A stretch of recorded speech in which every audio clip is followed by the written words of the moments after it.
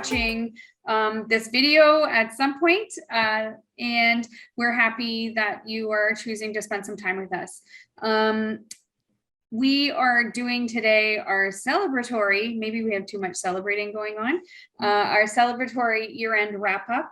And today we wanted to kind of spend time talking about the experiences we had that were in the year 2021, because it was definitely one for the books. And we also wanted to maybe think about and touch base on things to watch for in 2022. And just to kick us off, I'd like to introduce the most remarkable team on the planet. And we'll start with Danielle Delnick. Hi, Danielle. Hi.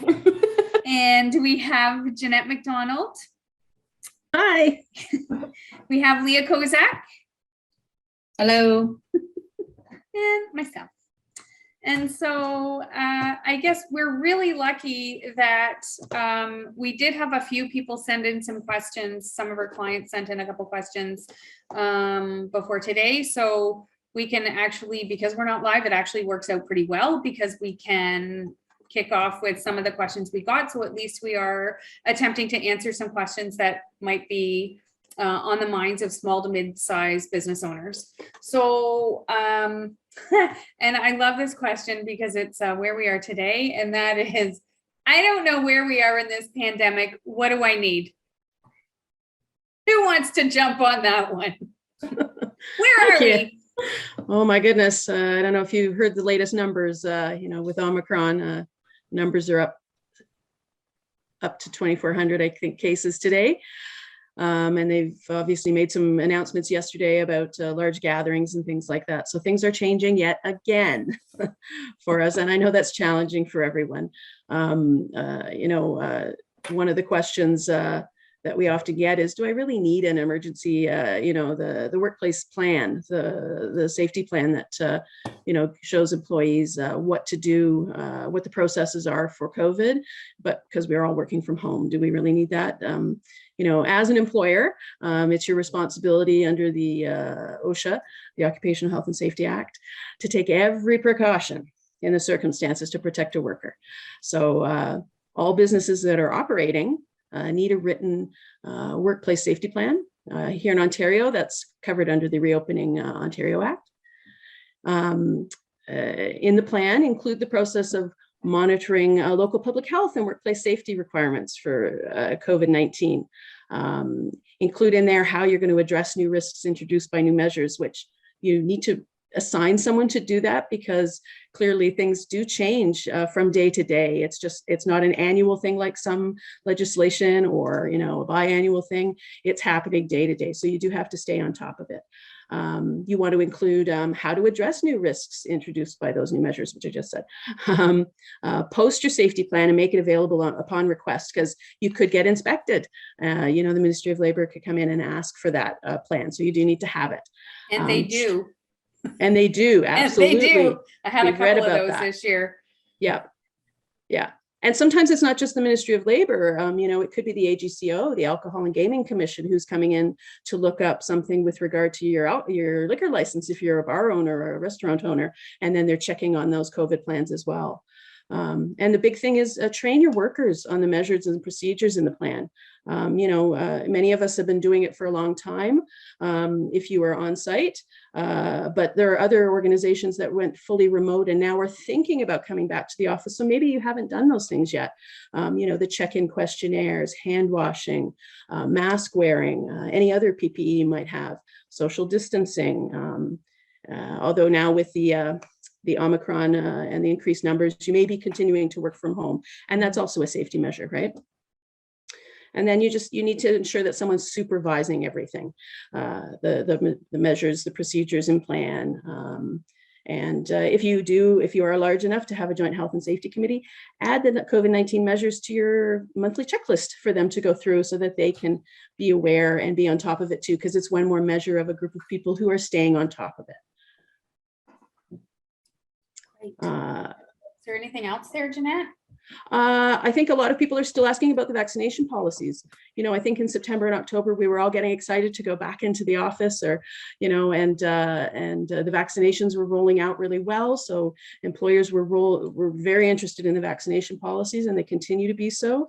And some have mandatory and some have chosen not to. So, but either way, it's important that you have a vaccination policy in this environment we're all living in today. And in that vaccination policy, you want to make sure that you have some room for the fluidity of the situation. I know that when we were initially, drafting these policies, we were talking about the 2 doses or the 1 dose of Johnson is in those policies. So we may need to open up those policies and revisit them, just like everything else COVID, right? We have to continually monitor and go in and address those things. And, those are things that we at Nimbus do have a lot of experience with over the last year and a half. So if you do need help with that, just give us a shout.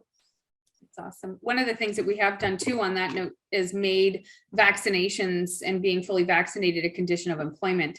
So we've actually even put that into employment contracts, which is interesting. One of the questions we got in yesterday, which I thought was perfect timing, because of course the Ontario government has just announced some more changes to legislation. I guess the only thing that doesn't stop changing this year is that everything changes all the time. And this one is, what is Bill 27 and how does it affect me? Who wants to take that one? Leah, take it away. Winner.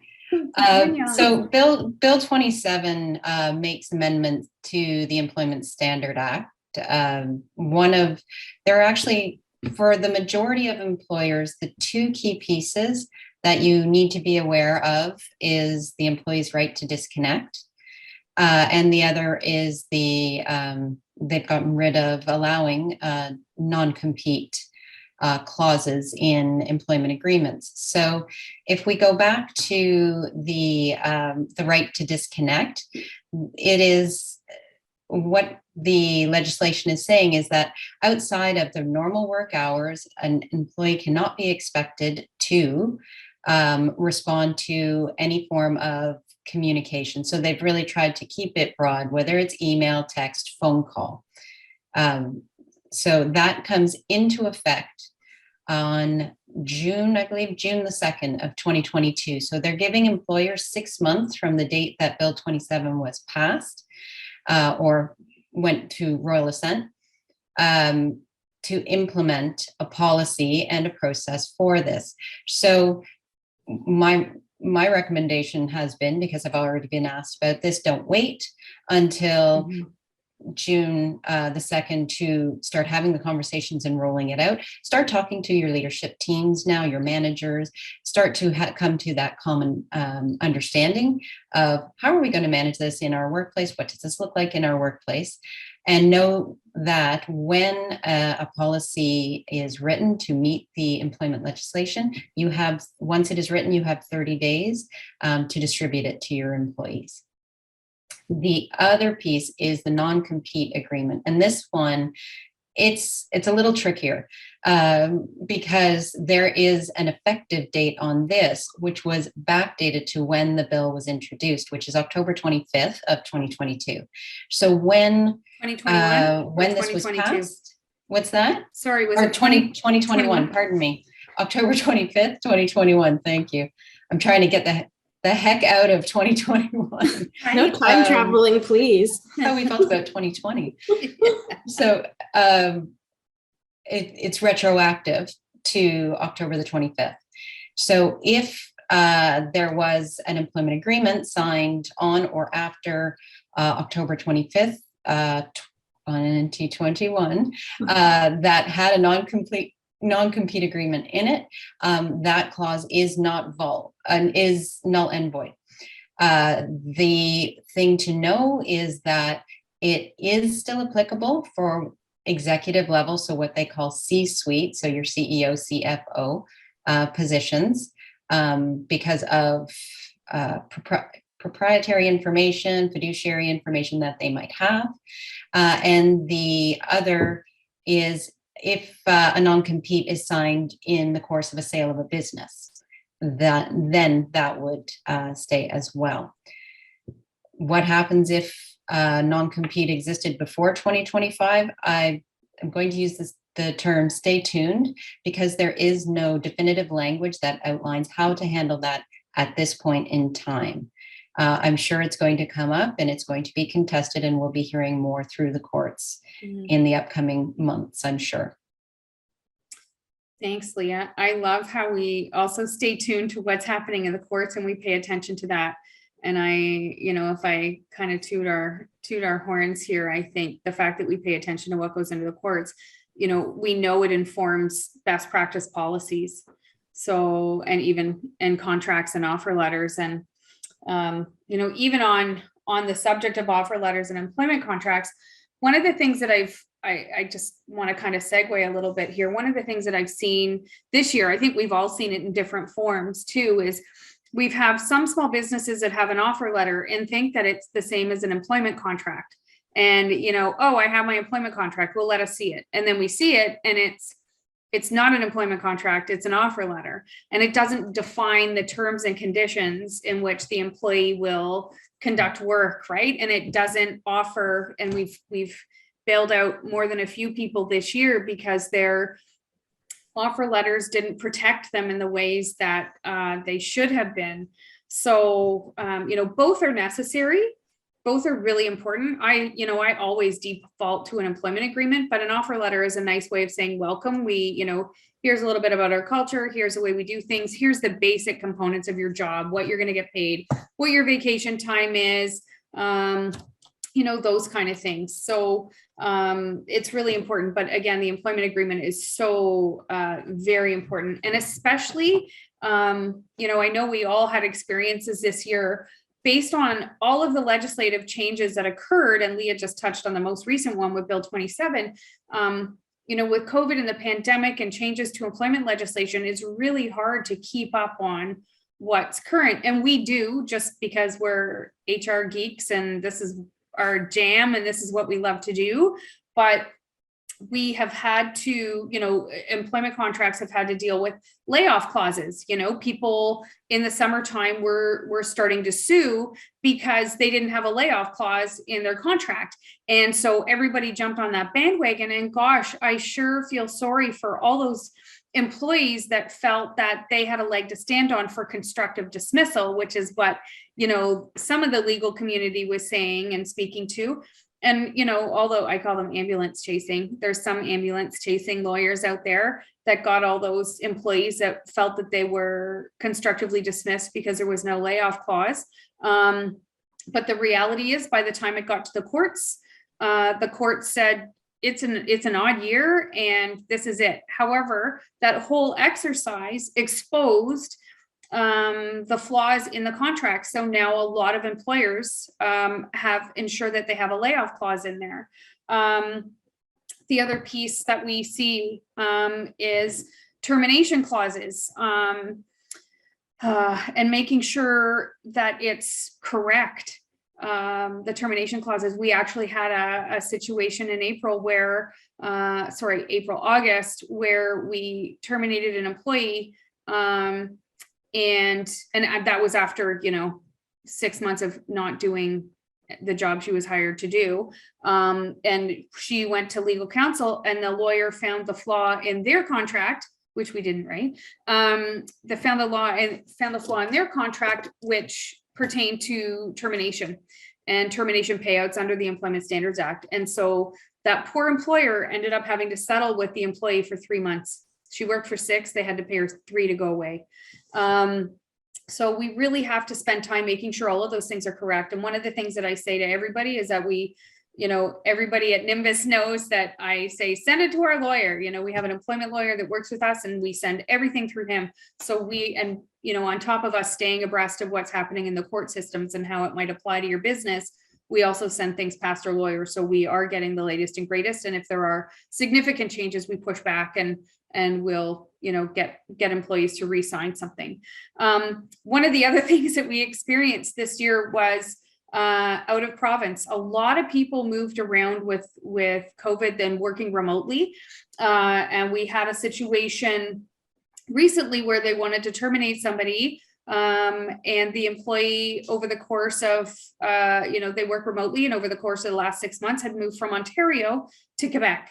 And they should have been offered another employment letter and an employment agreement that stipulated the laws of the province in which they reside, which is true for every employment contract. And why it's particularly of importance in Quebec is because Quebec doesn't have employment law, they have civil law. So how these things happen in Quebec is a lot different and a lot more complex. The other things that are really important to think about too, especially in some of the organizations that have minimum wage, there will be changes to minimum wage in January. So we have to, keep that in mind and think about what the implications of that are and make sure that that's appropriately reflected. What else? Defining the place of work. Yeah. So when people were laid off, there was no communication given to employees. And we had this situation earlier in the pandemic. When employees were laid off, they were not given a letter to define what return to work looks like and when. And so there needs to be a letter stating the intention to return to work and what that looks like, when you'll be reaching out. So I think the first layoff was 13 weeks and we know it went on and on. So we should have, provided another letter for the employer to give to the employees to say, we're going to recall you on this day, pending any other changes. You're going to return to work when we recall you. And that was really, there were a lot of employees that once they got laid off, they were tough to kind of herd back into work. So, and because we didn't have that definition of what return to work would look like, people, some took advantage of it. We had some activity around that kind of thing.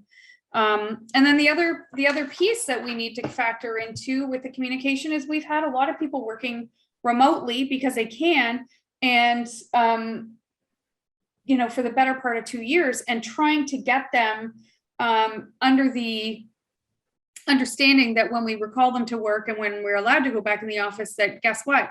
That's the original condition of employment. And, while we're in exceptional circumstances, we're working from home to be safe for everybody. But there is the expectation that, you will be returning to the office when it is safe for all of us to do so.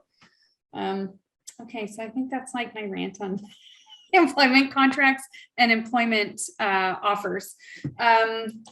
One of the things that we also sort of talked about, and I know we've come across this, and this one's a favorite, is my office manager is doing all the HR, so I don't need your help.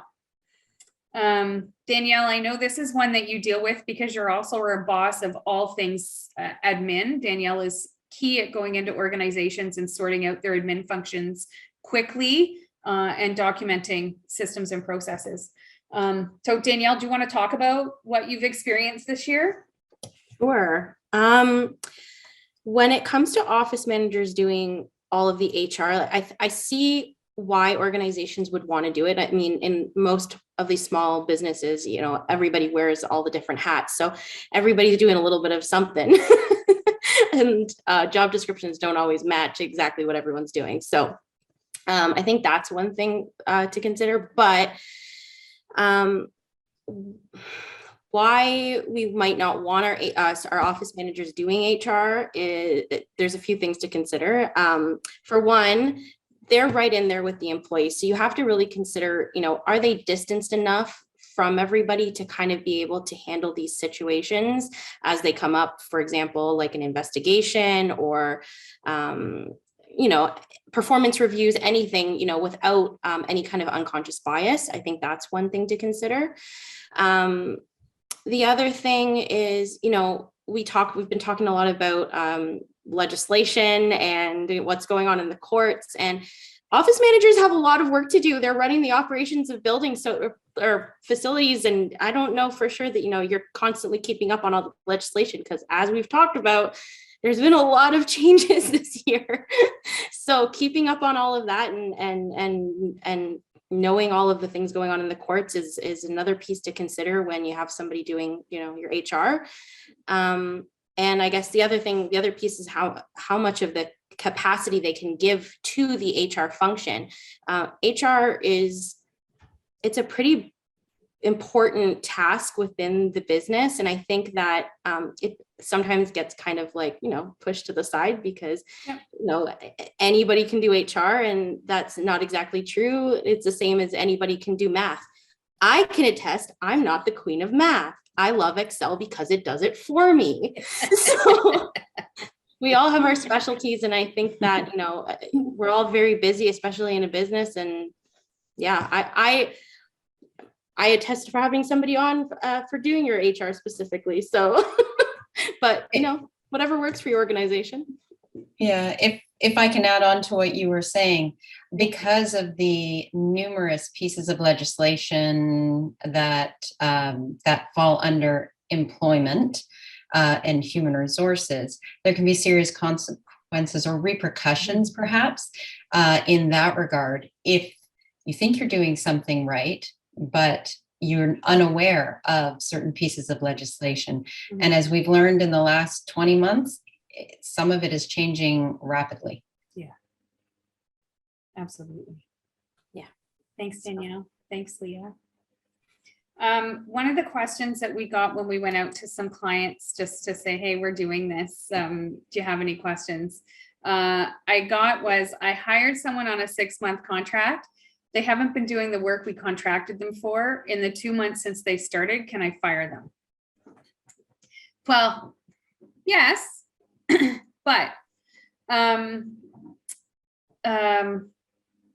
yeah. So if it's a 6-month contract and it says the term of this contract will be 6 months, and you've defined that the work will be 6 months, you can terminate them, but you will be on the hook to pay them for the remainder of the 4 months. You have to pay them for the remainder of the term that they're there.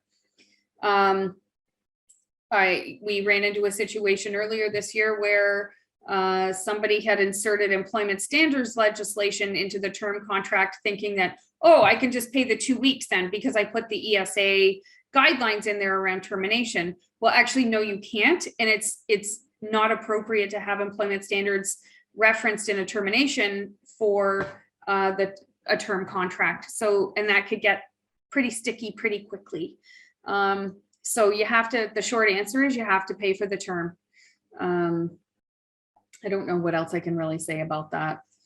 The other question we had from one of our clients was, during the course of working remotely, my employee moved to another province. And I kind of touched on this a little bit ago. Do I have to worry about anything? And the answer is yes, you do need to worry.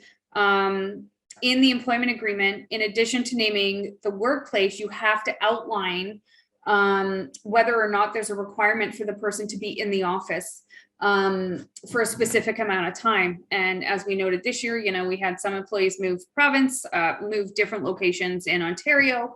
And guess what? When we're allowed to be back in the office, we're moving back into the office. So it's going to be hard if you're in Quebec and your office is in Toronto. There's going to be an expectation and you're going to have to figure that out. And the employer is not responsible for that. However, new province, new contract. And as I mentioned before, Quebec, in the one example we had, Quebec has very, very different legislation than we do anywhere else in the country. So that is key. Is it reason? Yeah. And the other thing we wanted to, I'm just thinking on the spot here too, we need to think about, is it reasonable to assume the cost of traveling to work for the employer? And we don't think it is. It's up to the employee because they're the ones that moved. I think we also, I think, Jeanette, did you have an example of we were talking about something recently. What was that? Yeah, it's a case that, lawyers are using as a cautionary tale for employees in particular. The case involved a long-term employee with a large tech firm who had they'd originally been hired to work at their offices here in Markham.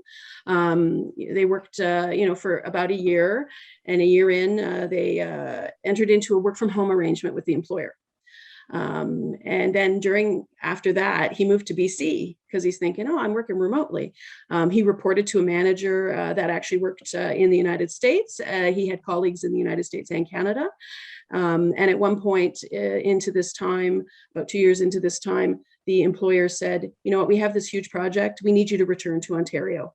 And he refused. He said no. So the employer said, okay, we've deemed you to have resigned from your position as a result. Now the employee thought, well, that isn't right. He then sought severance under Ontario's Employment Standards Act, even though he was living in BC. However, the Ontario Labour Board decided against the employee and found that the Ontario Employment Standards Act did not apply to him. And you might be wondering why, but you're thinking the employer, his original place of employment was Ontario, his employer's in Ontario, the head offices. Why? Well, there's Section 3 of the Employment Standards Act in there. It defines how the Ontario Employment Standards Act, who it applies to. And it applies to people working in Ontario or employees working in Ontario and outside Ontario. So that and is important. That means you have to be part-time in Ontario and part-time somewhere else, but you do have to come into Ontario from time to time. And because that employee had worked from home in BC for the last 2 years and had not attended the workplace in Ontario, the board ruled against them. So the employer was justified in what they did. That's wow. That's Yeah. a tough one. Cautionary tale, right? Cautionary in general, absolutely. Yeah. One of our clients had said recently, and you know, we work on this kind of thing all the time. I've noticed a huge dip in morale since COVID. How do you have any suggestions on how to improve things? How do I support my team's mental health better? So I know, Jeanette, this is near and dear to your heart. Do you want to talk about that one? Sure. You know, none of us are surprised by this big dip in morale since COVID's come on. Pardon me, we're all feeling it, right? And, you know, here at Nimbus, you know, and as Carrie said, you know, I'm a big advocate for employee assistance programs. They're super helpful in that the employee can speak directly to someone who can help them. They also have all kinds of other add-ons, you know, to track your exercise and things like that. But they remove, you know, even your HR and your managers from the situation, so the person can deal directly with a healthcare provider or something like that. They are a fairly inexpensive benefit that you can offer employees. I know that, you know, everybody's watching their bottom line, and it can help offer support to that employee as well as their family.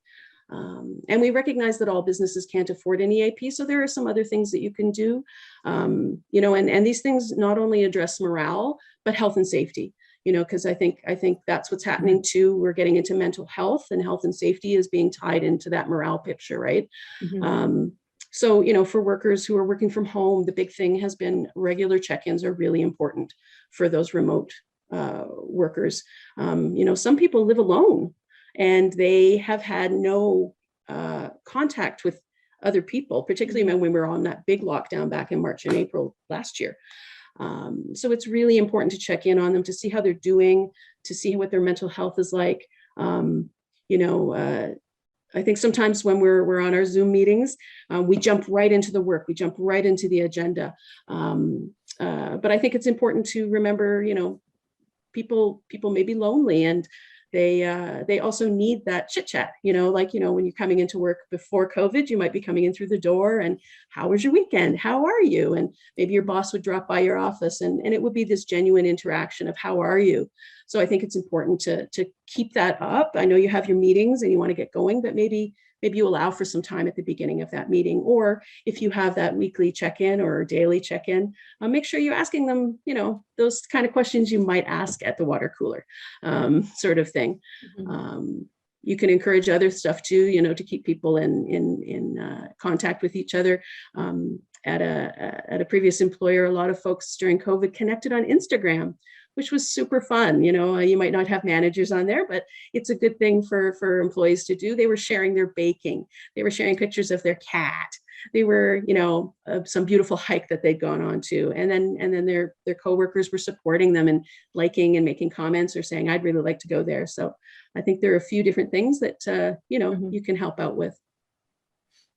I was thinking about too that, and you've heard me say this before, I just a couple of things that kind of came to mind. And one is, one of the things that we have experienced with the lockdowns and just COVID in general, and just people in general, because we are seeing, we see sometimes employees when they're at their worst, and we see people sometimes when they're at their worst. And I was talking to somebody in the mental health field recently about just the effect of the pandemic on everybody. And the comment was, solitary confinement that people experience when they're incarcerated is really the worst form of human torture.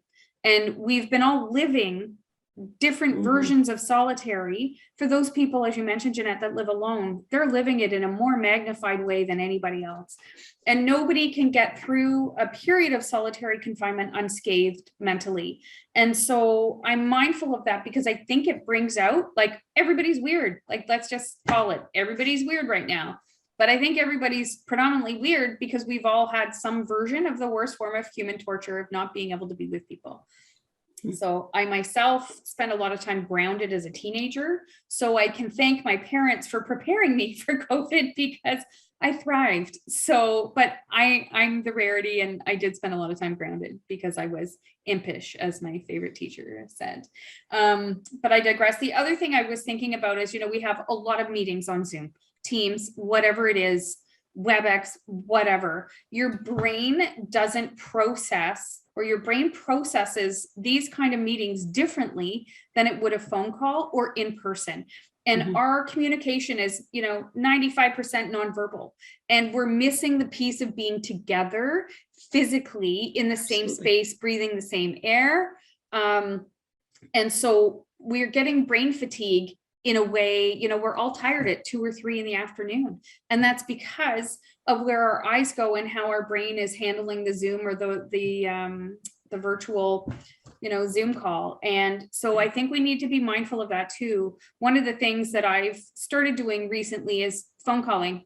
I'm kicking it old school. I will pick up the phone and call instead, because I don't have to really look at where my eyes are going. And we would probably have had those conversations. We would pick up the phone before, because we have this technology available to us now. We're like, oh, let's use it all the time. But, in the past, I'd sent some emails, and then if I needed to talk to somebody, I'd pick up the phone. And when I'm picking up the phone with people, I can say, how are you doing? And everyone says fine, but then I say, no, really, how are you really doing? There's COVID fine. And then there's how are you really doing? So I just think about that. And, we haven't been able to celebrate any of the things that we normally would this year: birthdays, weddings, graduations, Frosh Week. We are seeing more mental health related medical leaves of absence. And so I think it's really important to just support each other and be kind. So that's to jump in there for a second, Carrie. Somebody recently said to me, oh, it's just send an email, it's easier. And I just thought to myself, but I want to talk to people. Yeah. I literally, my inbox is, you're constantly reading emails and Zooming and stuff. And I'm just like, I just want to talk to humans, please. I'm an extrovert in a box. Help. Yes.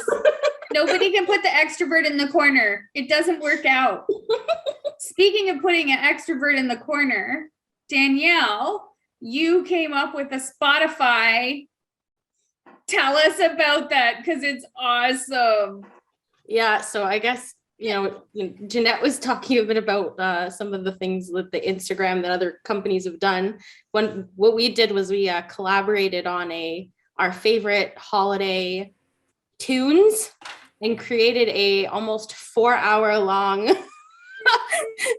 holiday playlist that not to toot our own horns here, ladies, but it's actually really good. I've been cleaning and stuff to it. It's got some good jams on there. So I can share that out on our socials so that would be awesome. People can enjoy. We can't keep the good things just to ourselves. It's true. So spread the joy. It's the season to share joy. So share that. And you'll literally be making Christmas background music better for everybody by sharing that. So that's awesome. I'm going to jump into another question that we had. And this came from one of our clients. So we've never done performance reviews before. Do you have any suggestions for making the process smooth? And Danielle, because you did this with our client, maybe you want to tell us about it because they'd never done this before. Yeah, we just finished this up not that long ago, actually, starting it off. First of all, performance reviews are awesome. And I think that every organization should do them because it's an opportunity for, leaders and employees to kind of, know where they're at in how they're doing their work. You come in every day and nobody wants to do a bad job, as Carrie always says. When you come to work every day, no one's going in thinking, I'm going to do awful today. Can't wait till I get home. So I think that, having these conversations is really important. So to answer the question of how to make the process smooth, really for me, what it comes down to is communication. So when you're actually going to put the performance review, implement it into the organization, you communicate with the leaders who's going to be delivering what, when, how, and then you're also having that conversation with the employees. It's all about transparency and communication so that they know their expectations on the other side of it. What we generally do is have employers complete one half of the performance review, and you also have employees do a self-assessment and then kind of have a conversation that talks about the gaps in why one party thinks that the other one is totally off base or whatever. So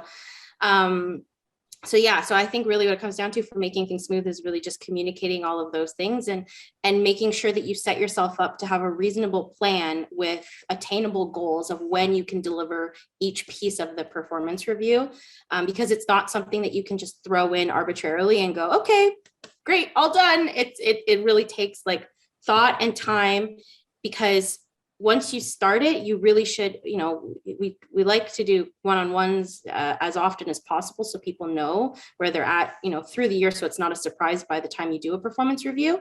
But once you start the process, you should be really considering what it's going to look like for your future of your business and how you're going to be doing it yearly going forward. So that's how you make it smooth. And you, as I recall, Danielle, you were in there helping the employees write you were helping them with, the right wording and helping them articulate, their thinking, right? And same, yeah, I sat down with, and this is the HR part of it, I guess, is I was able to sit down, because when you sit there and you're really trying to think about what you do, like I know personally, I'm not very good at like, someone will be like, well, tell me about yourself. And I'm like, blah, blah, nope. So I was asking questions that would trigger like, well, do you do this? And it's a yes or no. And then on the other side of it with the employers, I was able to kind of help guide them through thinking about not just the day-to-day, how things are going, but thinking about how their employee fits into the organization on like a big picture scale. I'm a big fan of talking about the what, which is a technical piece, and then the how, right? And that's the more cultural organizational piece and the corporate values side of things. And do they exhibit those things? We all, I'm also in thinking about those things. I'm also thinking about, and Jeanette touched on this a little bit earlier. You mentioned, workplace health and safety, and with the working from home and working remotely, it's kind of put ergonomics in the spotlight. And I know, Leah, I'm going to get you to jump in here on that, because I know this is near and dear to your heart too, this topic. So do you want to talk about maybe remote working and ergonomics and health and safety and WSIB? I love talking about health and safety. Everybody has their jam. That's one area that's mine, near and dear to my heart as well. So we were very quickly sent off to our respective homes to conduct work where your work could be conducted remotely.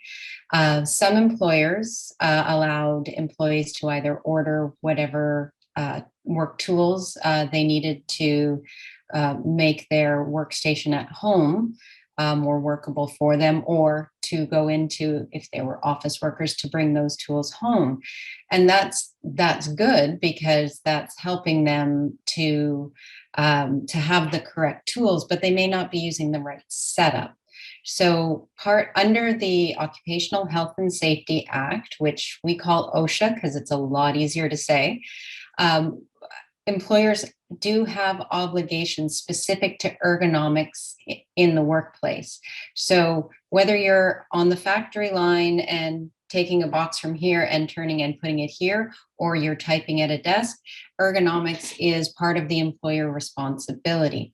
So the definition of work location is not very specific, but when we think about the workplace, so this is Ontario specific, I will speak of, the Workplace Safety and Insurance Board in Ontario. If an employee is conducting their work from home, let's say I'm an office administrator, I'm doing my work from home, and I start getting pains in my shoulders, in my arms, my back, etc., and I go to see the doctor, and the doctor determines that this is work related because of how I'm set up.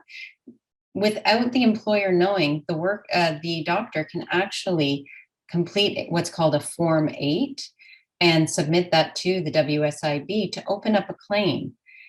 So it's important that employers try to nip this in the bud, because first of all, you don't want your employees to be in pain while they're working. And number two, you really don't want to be on the WSIB's radar, because you don't want your premiums to increase. And have lost time by any employees, etc.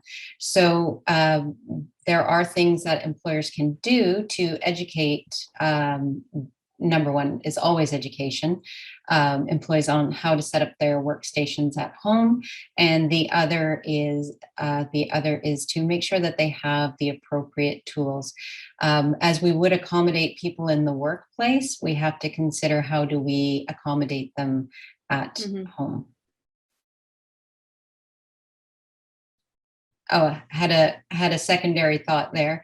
In addition to the WSIB, you have to consider your benefits premium. So if you offer group health insurance to your employees, sometimes for these repetitive strains, muscle tension, etc., your premiums may go up due to increased use of the paramedical, such as chiropractic, physiotherapy, massage therapy as well. And we can always explain that in more detail if anybody wants to know. I actually can jump in there, Leah, because I was speaking with one of our benefits providers, one of our benefit consultants yesterday, and I asked the question, what has been the experience with paramedical claims specifically? Because in a benefits plan, the paramedicals, as we know, make the premiums for the full benefits plan, medical, dental, medication, those prescriptions, those kind of things. It's always the paramedicals that drive the rates up and down. And when employees are using a lot of massage and chiropractics, there's also psychiatry, sports therapy, all of these other the acupuncture, there's a whole bunch of other things in there. And it's the paramedicals that drive the premiums up. So when I was talking to our benefits guy yesterday, he was saying that the parameds this year, because I said, hey, have they gone through their, like, what's the deal with this year? Because I wondered if everybody's home, like, are they going for massage? Are they going for the chiropractor? What are they doing? And he said this year, they've absolutely gone through the roof. And what he's saying is that the benefits providers like the Sun Life, the Manulife, Great West Life, Green Shield, Empire Life, whatever, they're typically the people that see a problem first. So he said the biggest one for them was people needing psychiatry, because psychiatrists are the only people that can prescribe medication for anxiety or depression. Doctors can do anxiety and doctors can do anxiety and depression, but psychiatrists are the only ones that can prescribe for like ADHD and ADD and things like that. So he's finding that there's been an uptick in maxing out and it's a few appointments, and you've maxed out your psychology, you've maxed out your psychiatry, you've maxed out in a few things. And what he said is they've been helping some of their clients navigate, you can also have sports therapy for $500 or $400 or whatever it is. So he's actually spent a lot of time helping clients figure out how to maximize all the mental health stuff that they have available, because you can have psychologist, social worker, psychiatrist, sports therapist all in the same plan, and you have $500 for each. But hey, some people, when you're doing an intake with a psychiatrist, you've spent $400 just on that appointment. So how do you maximize those when you really need the help? Because let's face it, finances can really be a barrier to help. And the other thing that he noted this year is that kids are getting massages and chiropractor. And I said, is that because they're sitting at home and they've been online learning? And he didn't really have an answer for that. But, he also did say that to benefits providers, sitting is the new smoking in terms of, the wear and tear it is on your body. And we're sitting at home, we're on Zoom more. If we were talking on the phone, we could walk around.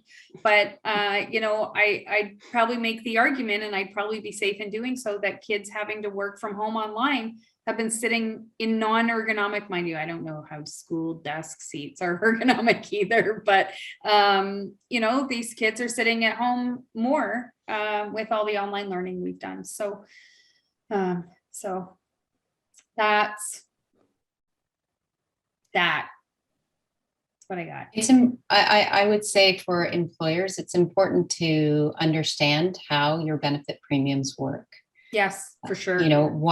What's going to cause it to go up, and what you want to know what the experience of the workforce is, because if I can just go very briefly, the premiums that you pay as an employer typically are based on a comparison to like organizations of similar size, similar industry, similar age demographic or gender demographic. And that's how they calculate a premium, but they're only expecting that you're going to use a certain percent, or a certain percentage of individuals are going to use a certain percent of their benefits. So when you exceed that, then it starts cutting into what they line their pockets with, if I can say that. And they want that back. So then they will anticipate in your renewal year that we have to be careful and cautious, and that's what can cause your rates to go up. And that's, to that point too, that's one of the reasons why we love our benefits consultants that we work with, because one of them has an actuary, so that actuary can run the numbers against what the insurance provider is saying and push back and say, you can't increase the premiums by 20% because we're only seeing 8% here. And my favorite story is somebody wanted 14% and he got 0. I love that guy. So, there's some food for thought there too. And that's something we've all helped with and we've all done. And one of the things that I know I love to do is to get the benefits provider in to the company, and to help inform employers around what it is that they need, want, can afford, build an affordable plan that makes sense for where their business is at, especially startups too, right? Absolutely. So some employers have been doing some hiring, and I'm wondering if we spend a little bit of time, because that's a good news story. Everybody likes getting a shiny new job. And that's, when I do recruiting, my favorite thing is to say, you get a shiny new job. So somebody was wondering recently if they could look at a candidate's social media before hiring them. Does someone want to talk about that? Yeah. Why not? I was on a roll. Keep it going. It's when someone said, can I look at it? Well, yes, you can. But the question is, should you? Or why are you? So nobody likes to be told, no, you can't do that, because then you really want to do it. Or at least that's me. But if you're looking into somebody's social media, you want to consider, what is it that you're looking to find out about this individual? And is it related to the job that you're considering them for? another thing to consider is if what I'm looking to find in their social media, something I would ask them about in a job interview. If it's no, if the answer is no, don't do it. Because what a lot of people don't stop to consider is that there are human rights considerations, complaints actually that can come from going into someone's social media account, because typically our social media are very personal.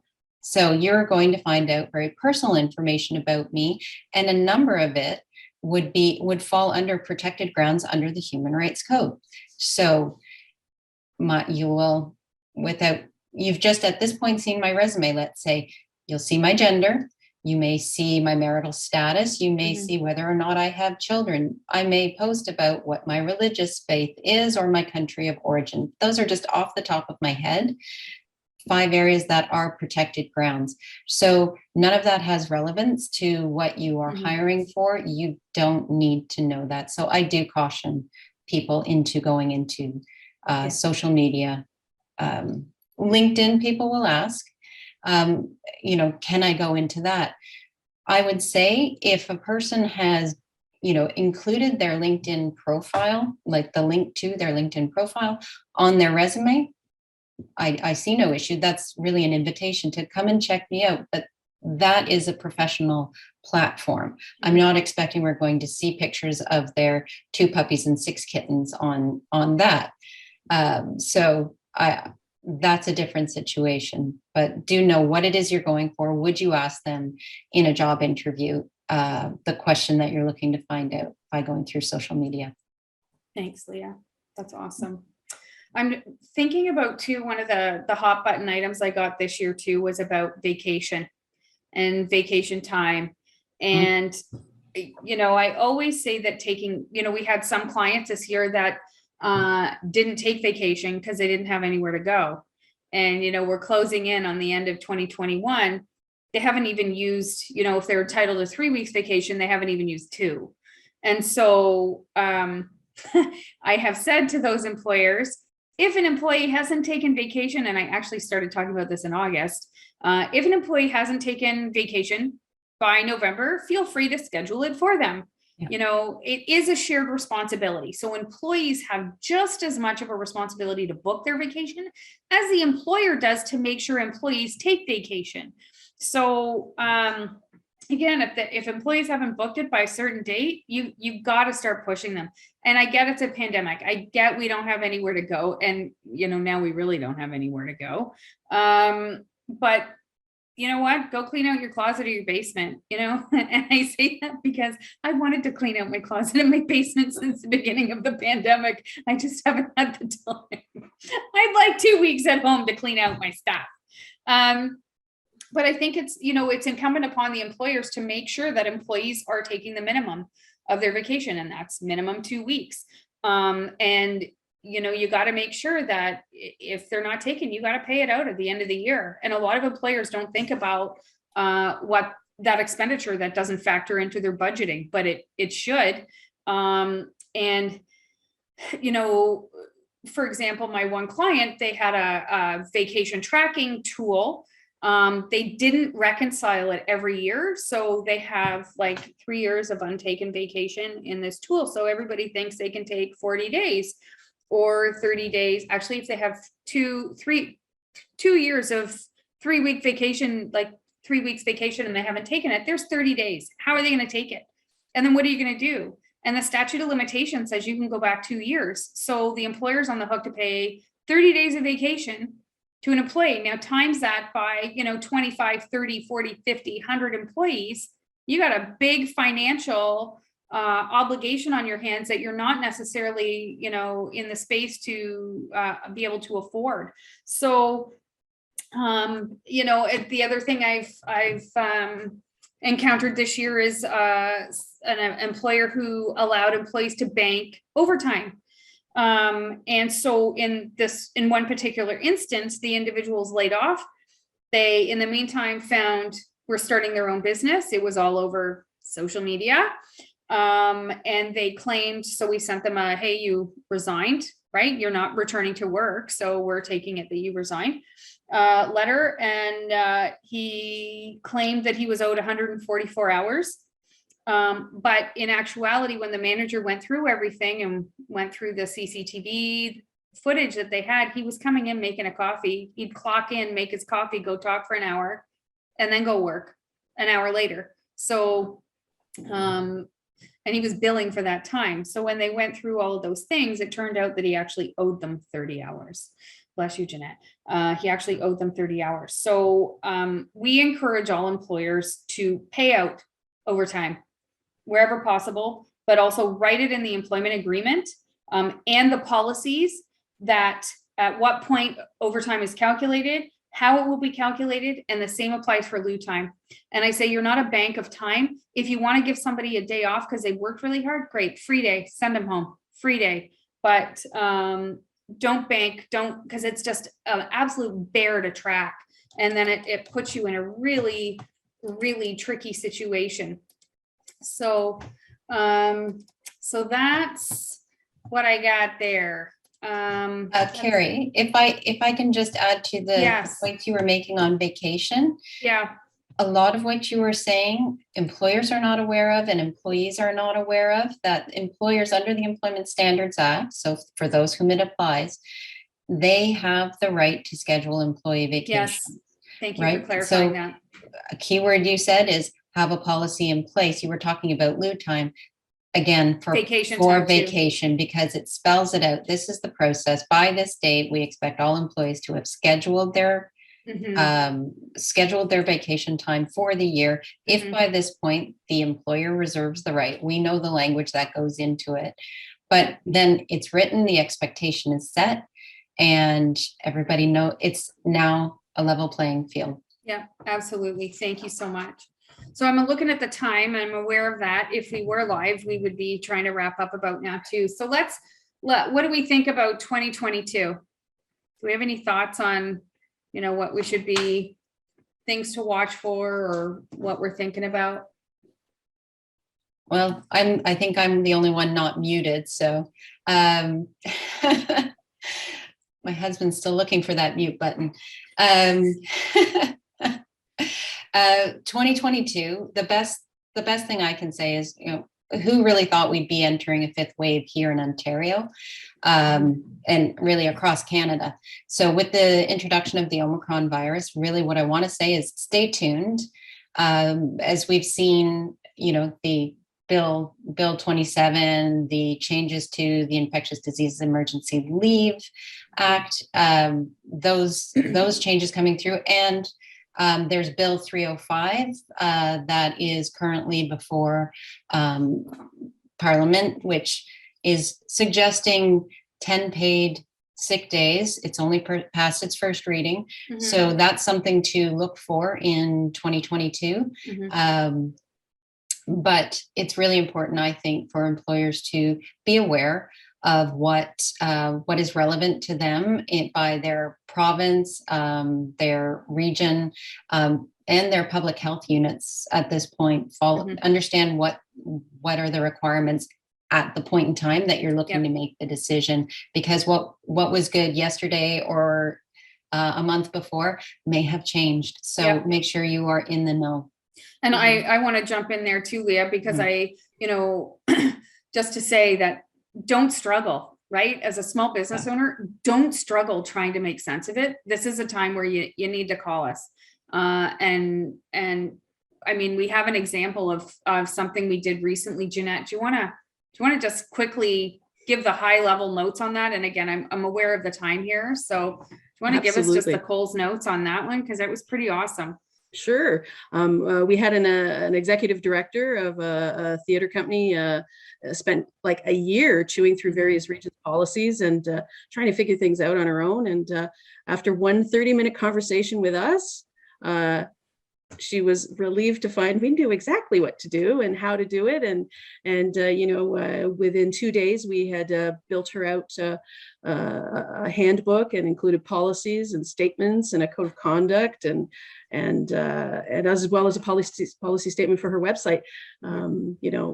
We specialize in this stuff, so we have these resources at our fingertips, and we can help you out quickly. And we don't necessarily whip together an employee handbook in 2 days, but in this instance, we were really like, it was all hands on deck to crank this because she was going to her board of directors. So we literally had 2 days and we're like, okay, chop, put it together. Yeah. So I guess I want to just thank everybody who joined us today. There's a couple of you that joined, even though it wasn't live, you joined our Zoom. So thank you so much for your time. We are so grateful, and we hope that we have left you feeling a little bit more empowered as a business owner or employee. We're super grateful for your time, and we will be doing another one of these, hopefully live, pending technical difficulties in January. And in January, we're going to talk about leadership because it kind of ties into year-end reviews, those kind of things. But we want to sort of talk about the difference between leadership and management. And we just would like to break it down because we talk about these things and interchange these words, but they're two very, very different subjects. So you can feel free to watch our social channels for more information on that. You can also check out our Spotify Christmas playlist. Thanks to Danielle. You'll pick that out on our social media later, I'm sure. And then again, if you have any questions about anything employment, don't struggle. Just don't struggle. Just call us. Reach out. We can talk for 5 minutes or 55 minutes. We don't care. And we can talk on the phone, or we can talk by Zoom, whatever you prefer. I did also, just because it's Christmas and the holiday season, and I did kind of want to weave in that because it's our end of year. We typically every year find organizations near to us that you don't never have to look very far for those in need. And this year we have sponsored and donated to a couple of organizations in particular. And I just wanted to take a moment to highlight them. We do this instead of, I could send cards and pay for postage and send cards to, those that we really appreciate working with and have worked with over the past year. But I'd rather put that money into, I'd rather put it in the hands of people who need it. So the organizations that we sponsored or donated to this year is CARD. And Jeanette, do you want to tell us what CARD is? Because you're a volunteer there too, and I love that. I am a volunteer. Me and my son volunteer there. It is the Community Association for Riders with Disabilities. And we are volunteers, and we work with children, and we work with adults who may have physical or mental differences. And it's therapy. It's a bona fide therapy, that helps them through their issues. We all know that spending time with the horse heals. Absolutely. So Science. Doctors actually prescribe it, which I think is pretty cool. Yeah. The other one that we sponsored this year is Food for Kids Halton. When I first met the woman who was the executive director of that organization, she had under 100 families that she provided food for, and they're over 800 now. So we last year when we gave them money, she was in tears because it came right at a time where she was wondering how she was going to get through. So I'm super happy to be doing Food for Kids Halton.